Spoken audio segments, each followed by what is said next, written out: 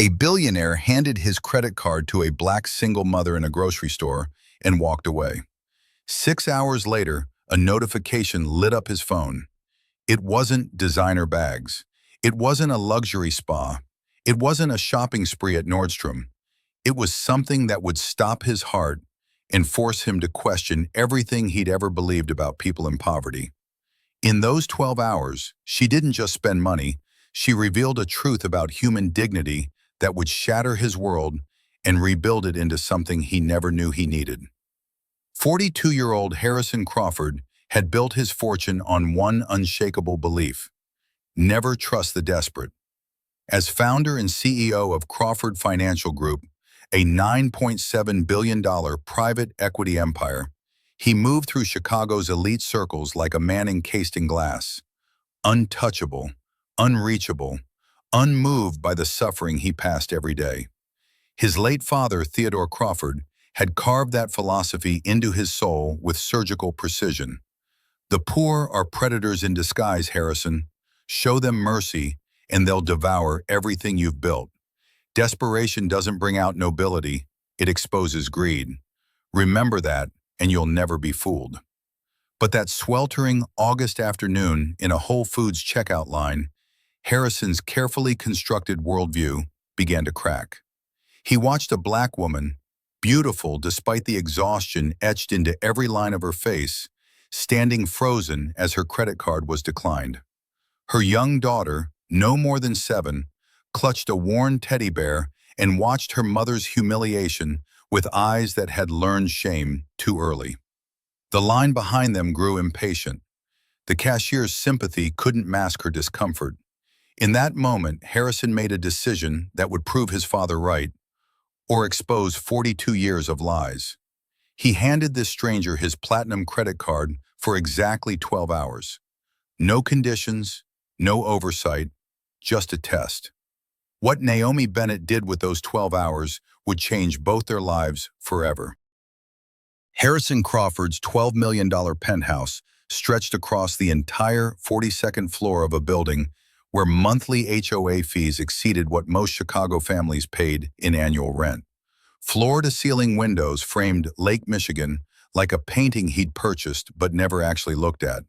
The morning sun turned the water into liquid gold, but Harrison barely noticed as he stood in his kitchen, all Italian marble and German engineering, drinking coffee that cost $47 per pound and tasting nothing. He was 42 years old, worth $9.7 billion, and profoundly alone. The Bugatti Chiron in his private garage had 1,200 miles on it after 3 years.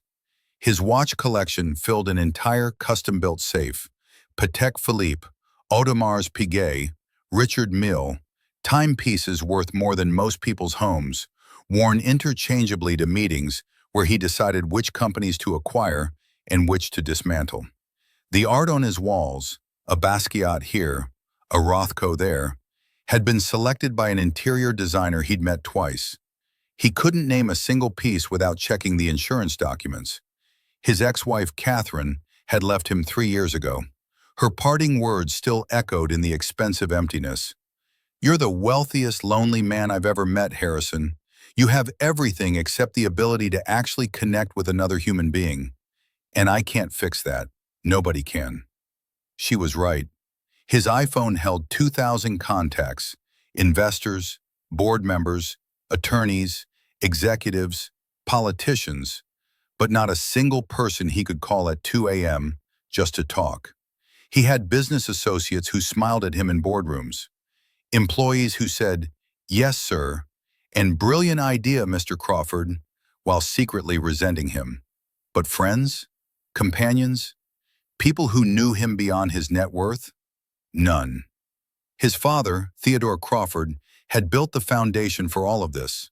Not just the wealth, though the small $5 million loan that seeded Crawford Financial Group certainly helped, but the philosophy that shaped how Harrison moved through the world. 2 years ago, as Theodore lay dying in a private hospital suite that cost $10,000 per day, he'd gripped Harrison's hand with surprising strength and delivered his final lesson. "Harrison, I built this empire on one principle: never trust the poor. They're predators in disguise. Show them mercy, and they'll devour everything you've built. I've seen it 1,000 times. Desperation doesn't bring out the best in people. It reveals their true nature. And that nature is always selfish. Promise me you'll remember that. Harrison had promised. And he'd spent the 2 years since Theodore's death honoring that promise with religious devotion. Every charitable contribution filtered through corporate foundations and legal teams, carefully structured for maximum tax advantage and positive public relations. Every donation came with his accountant's approval and his attorney's blessing, never his actual presence. He'd never looked poverty directly in the face. He'd never had to. His wealth had become a wall between him and the world, 12 foot high, bulletproof, impenetrable. Exactly the way Theodore had designed it. But that scorching August afternoon, everything changed. And it started in the most ordinary place imaginable: a grocery store, a declined credit card, and a mother's quiet humiliation that would crack his fortress wide open. Harrison Crawford had no business being in a Whole Foods on a Tuesday afternoon. His private chef, Margot, handled all shopping, organic, locally sourced, delivered directly to his penthouse kitchen, where most of it went uneaten anyway. But Margot's assistant had tested positive for COVID, and the entire household staff had been sent home for precautionary quarantine. And Harrison had found himself staring at an empty refrigerator at 3 p.m. with a strange, impulsive thought. What if he just went to a store, like a normal person? So here he was in Lincoln Park, ridiculously overdressed in a $4,000 Tom Ford suit and Italian leather shoes that cost more than most Chicagoans paid in monthly rent, carrying a briefcase containing merger documents worth $200 million, standing in the express lane like some kind of billionaire anthropologist studying normal human behavior. He was texting his CFO about quarterly earnings projections when he noticed her. 3 people ahead in line stood a black woman in her early 30s, natural hair pulled into a hasty bun, beautiful bone structure nearly obscured by exhaustion that had carved itself into every line of her face. She wore scrubs, faded blue, worn at the knees, the kind that had survived too many washing machine cycles and double shifts. In her arms, she carried a little girl who was clearly too heavy for her, but apparently too tired to walk. The child, maybe 7 years old, clutched a teddy bear missing one eye and watched her mother with worried eyes that had learned concern far too early.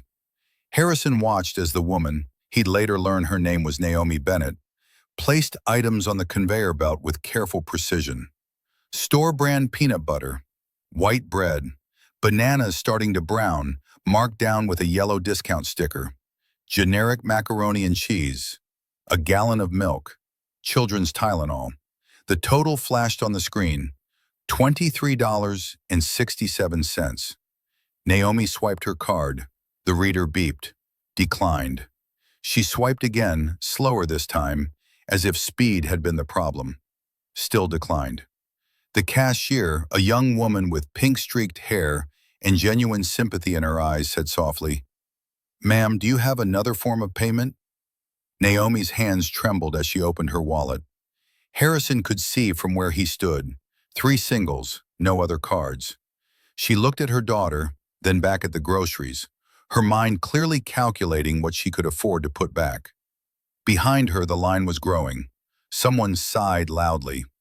A man in gym clothes checked his Apple Watch with theatrical impatience. "I'm sorry," Naomi said, her voice fracturing around the edges. "I thought there was money left. Can you hold these while I figure this out?"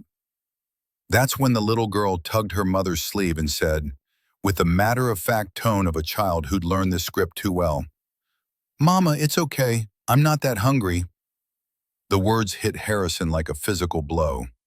This child, 7 years old, clutching a one-eyed teddy bear, had learned to weaponize her own hunger to ease her mother's shame. Had learned that love sometimes means pretending you need less than you do. Something cracked in Harrison's chest. something Theodore had welded shut years ago. Before his brain could override the impulse, Harrison stepped out of line. His shoes clicked against linoleum. The checkout area went silent, that particular hush that descends when wealth enters a space where it doesn't belong. "Excuse me," he said, his voice carrying the practiced authority of boardrooms and seven-figure negotiations. "I'd like to pay for this." Naomi's head snapped up.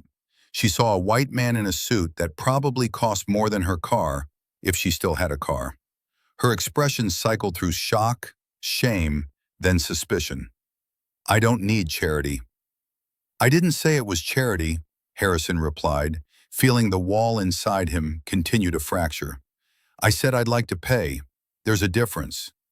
But then Theodore's voice whispered in his head, "Predators in disguise," and Harrison had an idea. Terrible, brilliant, absolutely unhinged. He pulled out his wallet, but not for cash. Instead, he extracted his platinum American Express card. No spending limit, no restrictions, just pure, unrestricted access to wealth most people couldn't comprehend in their wildest fantasies. He held it out to Naomi. "Take it." She stared at the card like he'd offered her a live grenade. "What?" "My credit card. Take it for 12 hours. Buy whatever you want. No limits, no questions, no conditions." The cashier's mouth fell open. The impatient man behind them stopped checking his watch. Maya's worried eyes went wide. "Why?" Naomi whispered. "Because I want to prove my father right," Harrison thought. "Because I want to watch you drain my account and confirm everything Theodore taught me about desperate people." But he said, "Because I want to see what someone does with sudden abundance. Call it a social experiment. Call it curiosity. Call it whatever you want. 12 hours, starting now." He pressed the card into her palm before rational thought could stop him. Her fingers closed around it, ice cold, trembling. "There's no pin. Just sign your name. I'll be at the Starbucks across the street tomorrow morning at 8. Return it then." Harrison paid for her groceries with a $100 bill he didn't wait for change from, then walked out into the August heat, leaving Naomi Bennett standing frozen in the express lane, clutching a piece of plastic that could either validate his father's cruelest lesson or shatter everything Harrison had believed for 42 years. Naomi sat in her 2006 Honda Civic, rust spreading across the rear quarter panel like a disease, check engine light permanently illuminated, passenger window stuck half open and covered with duct tape and plastic, staring at the platinum credit card in her trembling hands. The parking lot around her blurred. The August sun beat through the cracked windshield. Nothing felt real. "Mama, what just happened?" Maya asked from the back seat, peeling the discounted banana Naomi had managed to salvage from the transaction.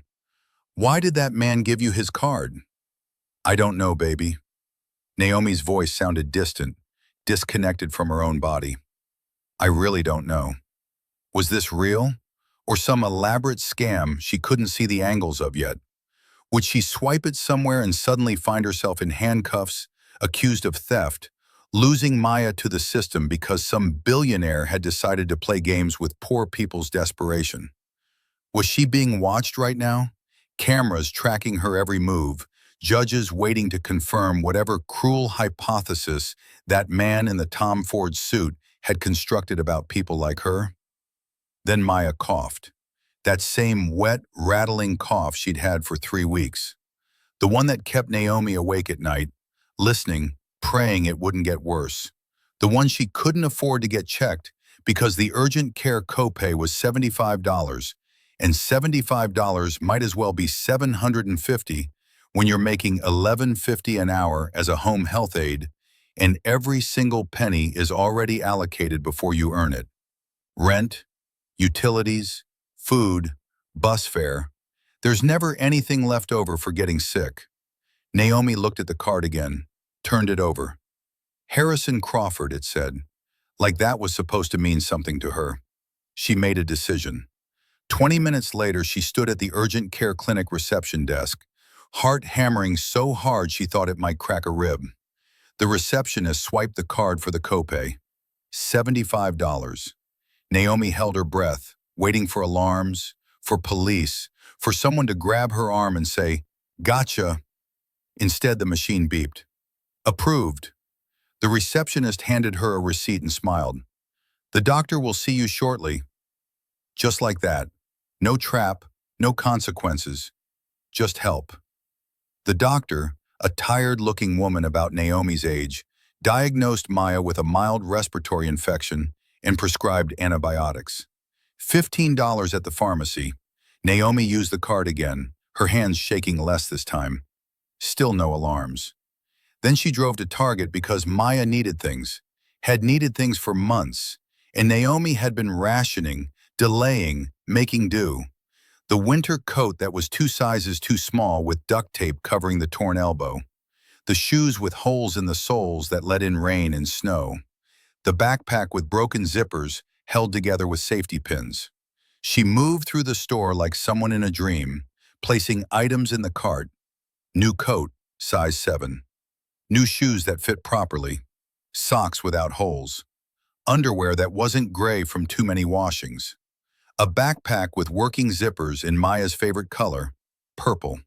At the register, the total flashed, $247. Combined with the medical expenses, she'd spent $337 of a stranger's money in less than 2 hours. In the parking lot, loading bags into her dying Civic, Naomi started shaking. She could buy herself something. New scrubs that didn't have bleach stains mapping every surface she'd cleaned in other people's homes. A winter coat that actually zipped all the way up. She could book a hotel room, just one night, with heat that worked and neighbors who didn't scream at each other until 2 a.m. She could eat at a restaurant with actual plates instead of paper. She could breathe. But something stopped her. Some core of dignity that poverty hadn't managed to strip away. Or pride that might be foolish but was all she had left. Or maybe just exhaustion. She was so tired of being judged, so tired of proving she deserved basic humanity, so tired of people like Harrison Crawford looking at people like her and seeing statistics instead of souls.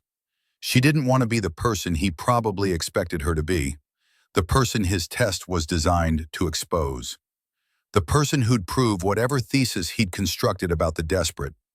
Meanwhile, across the city in his $12 million penthouse, Harrison Crawford sat in his study with his phone in hand and his banking app open, watching every transaction appear in real time. Urgent care, pharmacy, Target, small amounts, careful purchases, nothing extravagant, nothing like what Theodore promised him desperate people always did. Harrison Crawford didn't sleep. He lay in his $15,000 mattress, temperature-regulating memory foam, Egyptian cotton sheets with a thread count higher than most people's credit scores, in his climate-controlled bedroom, where the air was precisely 68 degrees, staring at his phone like it held the answer to a question he was terrified to ask. Hour 1, $75, urgent care clinic. Hour 2, $15, Walgreens pharmacy. Hour 3, $247, Target. He refreshed the app obsessively, waiting for the floodgates to open. This was when it would start. Designer boutiques on Michigan Avenue, the Peninsula Hotel's presidential suite, Apple Store, jewelry stores, luxury retailers. That's what desperate people did when handed unlimited wealth, right? That's what Theodore had promised. They revealed their true nature. They took everything. But hour 4 passed. Nothing. Hour 5. $84 at a discount grocery store. Not Whole Foods. Harrison zoomed in on the location. Some ethnic market on the south side where she clearly did her regular shopping. Aldi, maybe. The kind of place where food came without the artisanal markup. Hour 6. Nothing. Hour 7. $33 at Old Navy. Harrison clicked for transaction details, but the app only showed the total, not what she'd purchased. Clothes? For herself? For her daughter? He hated that he cared. hated that he was hoping she'd bought something for herself. Then hour 8, 2 a.m. Harrison was still awake, sitting up in bed now, when the notification appeared. $200 to Mariano's grocery store. Transaction note, layaway payment for customer number 4782. What? Harrison called the 24-hour customer service number, got transferred twice, finally reached a night manager who sounded confused by the question. Oh, that? Yeah, a woman came in around 9:30 and asked if we had any layaway accounts she could pay off. Said she wanted to help someone out. We have customers who put stuff on layaway all the time. Christmas presents, birthday stuff, things they can't afford all at once. This lady just walked up, picked a random account number, and paid it off. Stranger's account. Never seen anything like it. Harrison hung up. His hands were shaking. Hour 9, $47 at a thrift store. Hour 10, nothing. Hour 11, 3:15 a.m., and Harrison was pacing his penthouse in boxer shorts and a t-shirt that cost $200 when the notification that shattered everything appeared. $150. Donation to the Greater Chicago Food Depository, the food bank. Harrison stared at his phone until the screen blurred. She was homeless adjacent, one missed paycheck from eviction, one car breakdown from catastrophe, living in the kind of poverty that ground people down to nothing. And she donated $150 to a food bank to help other people, strangers, people she'd never meet, never know, who'd never thank her. He sat down on his leather couch, $40,000, imported from Italy, and felt something crack open in his chest. Some wall Theodore had built brick by brick, lesson by lesson, deathbed promise by deathbed promise. By hour 12, as dawn broke over Lake Michigan and turned the water from black to gold, the final transaction appeared. $31 at Dunkin' Donuts. The transaction note made Harrison's throat close. Breakfast for Maya and coffee for me. Thank you. Thank you. Like he'd given her a gift instead of a test. Like she was grateful instead of vindicated. Total spent in 12 hours with unlimited access to $9.7 billion. $847. $847. Harrison Crawford sat on the edge of his $15,000 mattress in his $12 million penthouse, overlooking a city where a single mother had just spent 12 hours proving that everything his father taught him about human nature was a lie. And he did something he hadn't done since Theodore's funeral 2 years ago. He cried. Not the dignified, controlled tears of a billionaire at a socially appropriate moment, but the kind of crying that comes from somewhere deep and broken. The kind that shakes your whole body when you realize you've spent 42 years believing the wrong thing about everything that matters. Harrison arrived at the Starbucks at 7:45, 20 minutes early, and immediately regretted it. 20 minutes to sit with his thoughts felt like 20 hours. He didn't order anything. His stomach was in knots. His hands wouldn't stop shaking, and he kept checking his phone even though there was nothing to check. He'd already memorized every transaction, every receipt, every dollar of those 847 that had demolished his entire worldview. He sat by the window and watched the door like a man waiting for a verdict. At 8:07, she walked in. Same worn scrubs, same exhausted face, same careful dignity that poverty hadn't managed to strip away. But Maya was different. New purple coat, new backpack, face bright with the kind of joy that comes from finally having things that fit. She clutched her one-eyed teddy bear in one hand and a small stuffed rabbit Harrison didn't recognize in the other. Naomi approached the table like she was approaching a judge's bench. No smile, no greeting. She set the credit card down with the careful precision of someone handling evidence, then slid a piece of paper across. Itemized receipts in neat handwriting, every single purchase documented, and a note at the bottom. Harrison's eyes blurred reading it. Mr. Crawford, I don't know why you did what you did, but I want you to know I didn't take advantage. I bought what Maya needed. I bought some groceries.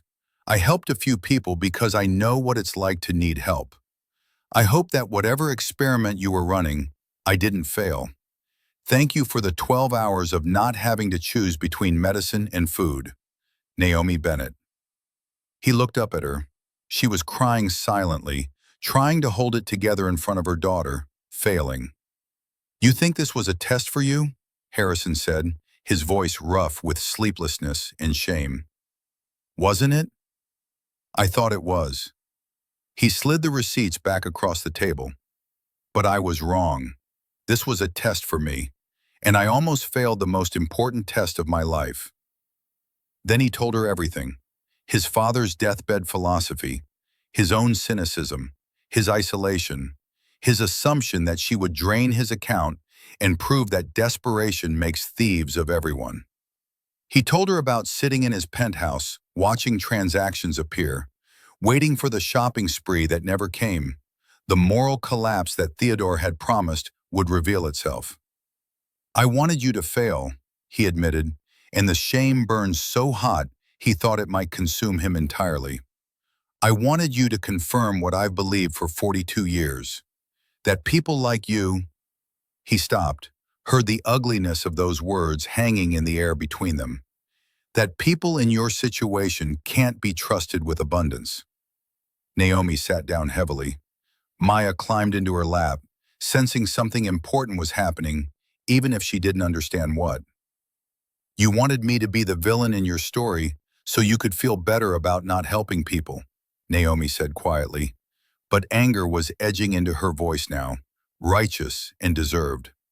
So you could tell yourself that poverty is a character flaw instead of a circumstance. Yes, Harrison said, because there was no point in lying anymore. Well, I'm sorry to disappoint you, Naomi said, and now the anger was fully present, hot and sharp. But I'm not a villain. I'm just a mother trying to survive in a system designed to keep people like me underwater. And you know what the worst part is? You have so much money, you probably didn't even notice that $847. But for me, that was 12 hours of not having to panic. 12 hours of breathing, and you were sitting in your penthouse hoping I'd prove your dead father right. The words hit like bullets. Each one deserved, each one true. You're right, Harrison said, about all of it, and I'm sorry. I'm sorry for testing you. I'm sorry for my assumptions. I'm sorry that I needed your goodness to wake me up to my own moral bankruptcy. Silence stretched between them. Maya watched them both with worried eyes, confused by adult problems she was too young to understand, but had already been forced to carry. What do you want from me now? Naomi asked finally. Forgiveness? Absolution? No, Harrison said. I want to help. Real help. Not a social experiment, not a tax write-off. Just help. If you'll let me. Naomi didn't trust easily. Life had beaten that instinct out of her with systematic precision. But something in Harrison's broken honesty felt real, raw, like watching someone bleed and knowing the wound was self-inflicted, but genuine. She told him her story, not because he deserved it, but because Maya was listening, and Maya needed to hear that their struggle wasn't shameful. 5 years ago, Maya was born 3 months premature, 2 pounds, 4 ounces, 3 months in the NICU fighting for every breath. Naomi had insurance through her job as a dental hygienist, but the bills still crushed her. $280,000 after insurance paid their share. She sold everything, depleted savings, took out loans that would follow her to the grave. Her husband, Maya's father, couldn't handle the pressure, the fear, the drowning. He left when Maya was 8 months old. Never sent child support, never looked back. Naomi lost her job when she couldn't afford childcare and missed too many shifts. Lost her apartment 6 months later, moved in with her sister until her sister lost her job too, and they were both drowning. Applied for Section 8 housing, waited 18 months for approval. Worked 3 part-time jobs, none with benefits, all paying minimum wage. Applied for food stamps, Medicaid, every assistance program that existed, still couldn't get ahead. Every step forward met with two steps back. Car broke down, Maya got sick again, rent increased. The medical debt went to collections, destroyed her credit score, made it impossible to get approved for better housing, better loans, better anything. "I'm not lazy," Naomi said, her voice fierce with exhausted pride. "I work 50 hours a week. I've never done drugs, never been arrested, never asked for handouts I didn't desperately need. But the system is designed so people like me can't climb out. Every time I get close, something knocks me back down. And people like you," she looked at Harrison with clear, devastating honesty, "people like you think it's because we're not trying hard enough." Harrison listened without defending himself, because she was right, about all of it. When she finished, he asked quietly, "What would actually help? Not a band-aid, not charity that makes me feel good for 5 minutes. Real, sustainable help." Naomi thought, then answered with the careful precision of someone who'd done this math 1,000 times in the dark at 3 a.m. "Stable housing that doesn't take 60% of my income.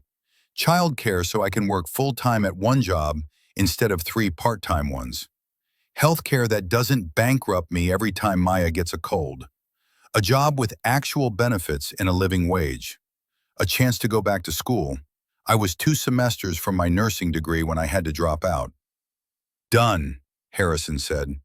Naomi laughed, bitter and disbelieving. "Just like that? You're going to fix my whole life?" "No," Harrison said.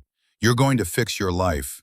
I'm just going to remove the obstacles that have nothing to do with your effort or character and everything to do with a system that's rigged against you." Over the next 3 hours in that Starbucks, while Maya colored at the table with new crayons from the gift shop, Harrison made calls. Not to lawyers this time, but to people who actually helped.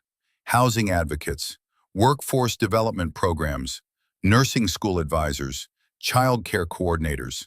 His phone barely left his ear. His credit card came out again, but differently this time, not as a test, but as a tool. By noon, the framework existed. 2-bedroom apartment in a safe neighborhood with working heat and locks. Rent subsidized through Harrison's personal foundation. Full scholarship to finish her nursing degree at University of Illinois, Chicago. Childcare covered through a program Harrison would fund and expand. Healthcare through a policy Harrison paid for directly. Living stipends so Naomi could focus on school instead of working herself to death. Naomi stared at the documents on his iPad. Her hands shook. "Why? Why would you do this?" "Because you taught me what my father never could," Harrison said. "That dignity doesn't disappear with a bank account. That generosity isn't determined by how much you have, but by who you are when you have it. That I've spent 42 years believing a lie that let me sleep at night while people like you drowned." He paused, his voice cracking. "And because that $847 you spent made me feel more ashamed than any loss I've ever taken in the stock market. You had nothing and you gave anyway. I have everything and I've given nothing that cost me anything." Change didn't happen overnight, but it started with one yes. Naomi moved into the new apartment the following week. 2 bedrooms, safe neighborhood in Rogers Park, heat that actually worked, water pressure that didn't sputter and die. Maya got her own room for the first time in her life. Walls painted lavender at her request, space for her stuffed animals and her dreams. Naomi stood in the empty living room with boxes stacked around her and sobbed so hard she had to sit down on the floor. Harrison helped them move in.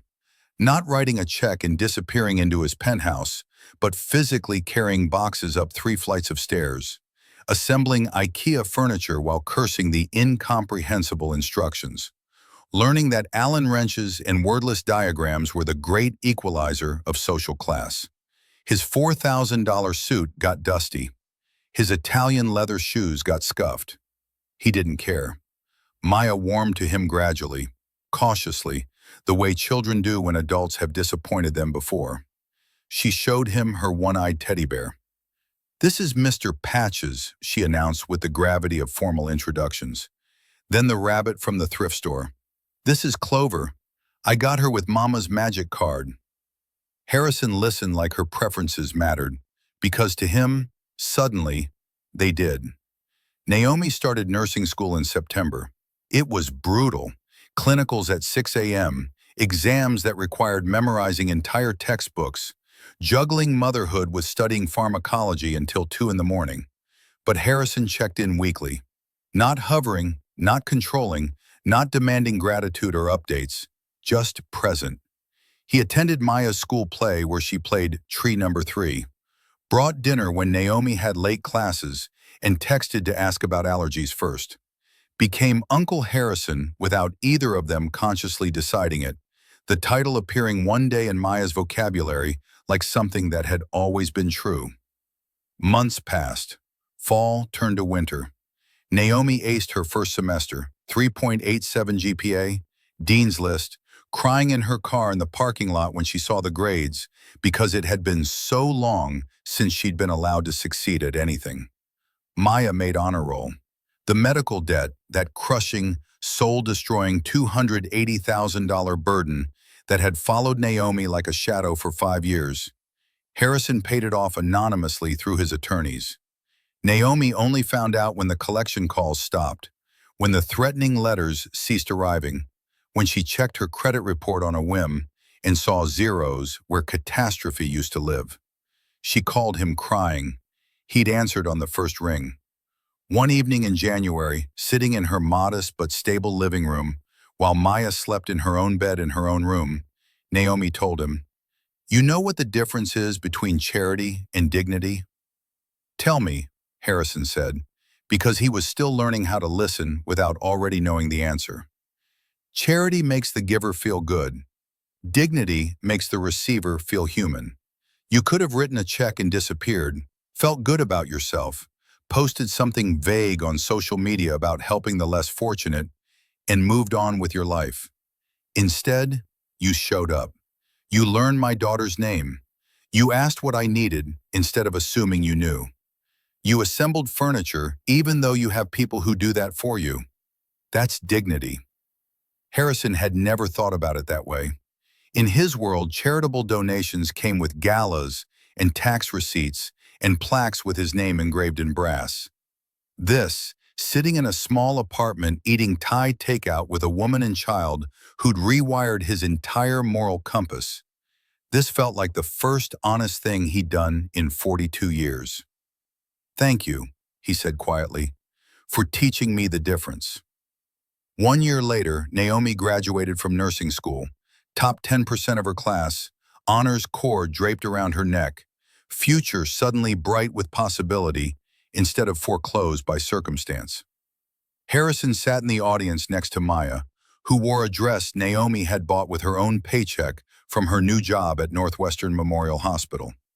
The pride in that detail, her own paycheck, earned, not given, made Harrison's chest tight. As Naomi crossed the stage to receive her diploma, Harrison thought about that August afternoon. How close he came to walking past her in that grocery store. How easily he could have paid for her groceries with cash, felt momentarily generous, and disappeared back into his insulated world.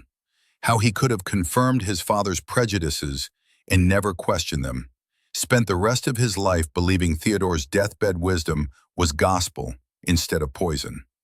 But Naomi taught him something Theodore never could. That the measure of a society isn't its billionaires. It's how it treats its most vulnerable. And the measure of a man isn't his bank account or his portfolio or the size of his penthouse. It's whether he looks at suffering and chooses to see humanity instead of statistics. After the ceremony, while Maya ran circles around them with her new friends, Harrison announced something he'd been working on for months. Something that had consumed him with the same intensity he once reserved for hostile takeovers and quarterly earnings. The Crawford-Bennett Initiative. Name for both of them: equal billing, equal importance. A foundation specifically designed around what he now called the 12-hour model. Rapid response grants to families in crisis. No lengthy applications that required a master's degree to navigate.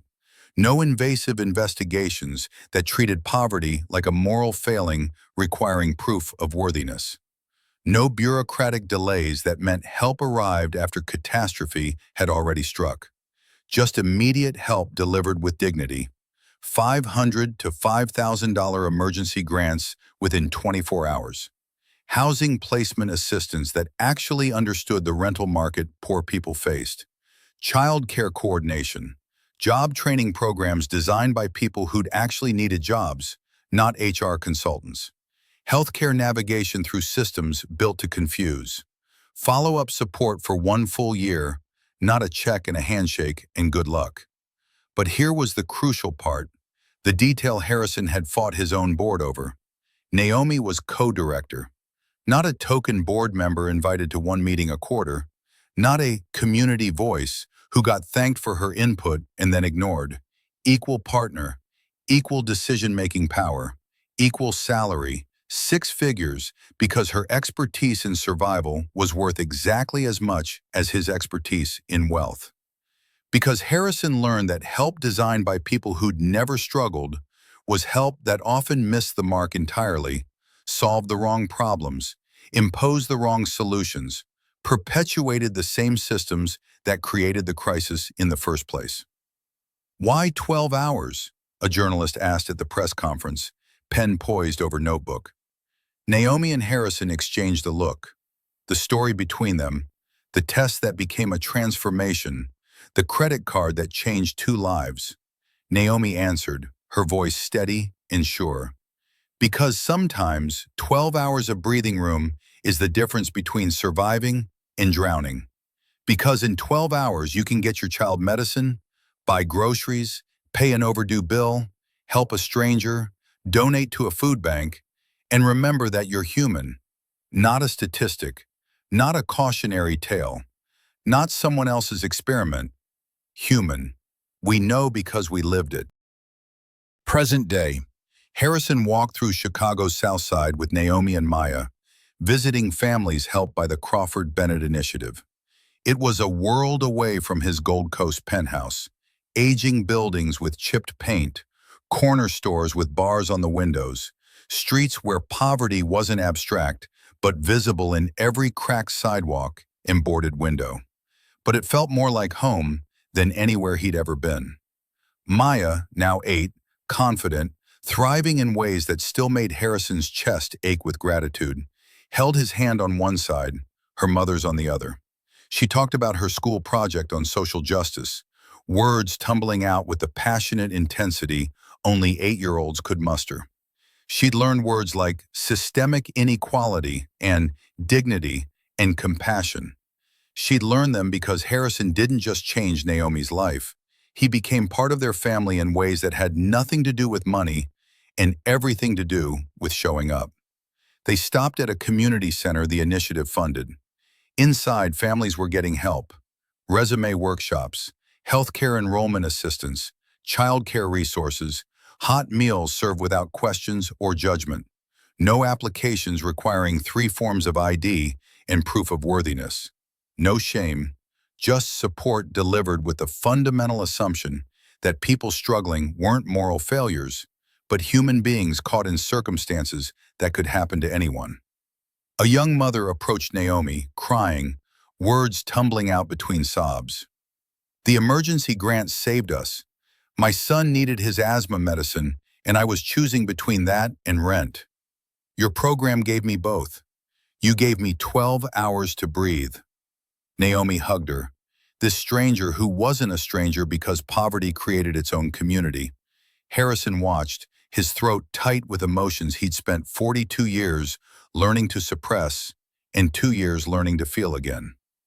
Later, sitting on a bench outside while Maya played at the park with other children, running, laughing, just being a kid without the weight of adult worries crushing her small shoulders, Naomi asked quietly, "Do you ever regret it? That day in the grocery store?" "Every second until I made the right choice," Harrison admitted. "I regret that I was testing you instead of trusting you. I regret that I needed proof of your humanity instead of just seeing it. I regret that it took me 42 years to learn what you knew all along, that we're all just people trying to survive, and some of us got lucky with the circumstances we were born into. You could have walked away after the 12 hours, Naomi pointed out, confirmed your father's theory was wrong, and moved on with your life. Why didn't you?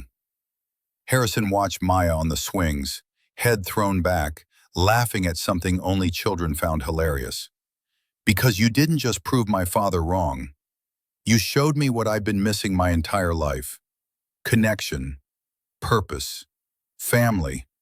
I spent 4 decades collecting money and things and accomplishments, building walls around myself and calling it success. But I was bankrupt in every way that mattered. You and Maya, his voice broke, cracked open like his heart had that morning, staring at receipts that totaled $847. You made me rich. Naomi leaned her head on his shoulder, comfortable in a way that spoke of 2 years of trust built moment by moment.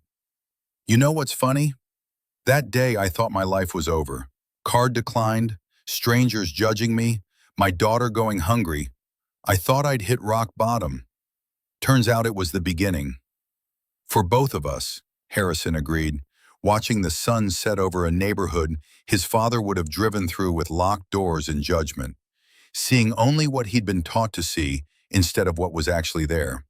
Humanity, resilience, and the kind of wealth that had nothing to do with bank accounts.